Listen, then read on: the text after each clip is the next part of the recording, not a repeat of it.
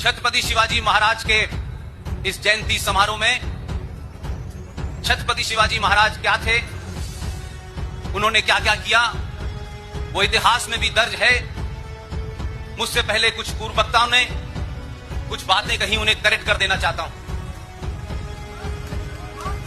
इसलिए यह कहा गया कि शिवाजी महाराज सेकुलर थे। मेरी बात को तथ्यों पे सुनिए, मैं कोई बात रिटॉरिक्स में भागदौड़ में नहीं कहता हूं। जब शिवाजी महाराज थे तब सेकुलर शब्द पैदा भी नहीं हुआ था।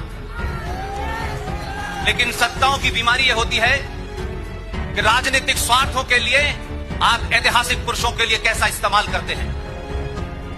इसलिए मैं कहता हूं कि दुनिया में अगर सबसे बड़ा झूठ और फरेब हमारे इस तथाकथित आजादी मिलने के बाद अगर बोला गया तो उस शब्द का नाम है सेकुलरिज्म। इस सेकुलरिज्म की परिभाषा मुझे बताई गई कि भारत का जो संविधान है उसमें भी ये प्रेरणा शिवाजी जी से आई।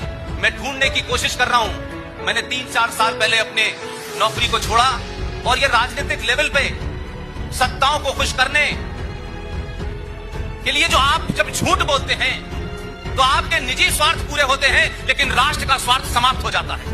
मेरे लिए राष्ट्र बहुत बड़ा है, किसी का निजी स्वार्थ बिल्कुल भी कोई बड़ा नहीं है, वो कोई कितना भी बड़ा हो। इसलिए सेकुलर शब्द यूरोप की कल्पना से आया। यूरोप के अंदर जो उस वक्त के किंग हुआ करते थे, राजा हुआ करते थे, वो चर्च से चला करते थे। तो वहां इस बात की चर्चा हुई कि ये जो राजा है जिसके पीछे चर्च एक डायरेक्शन देता है, कहीं ऐसा ना हो जाए कि जो लोग चर्च के नहीं मानने वाले हैं, नास्तिक लोग हैं या क्रिश्चियन नहीं हैं, उनके साथ अन्याय ना हो जाए।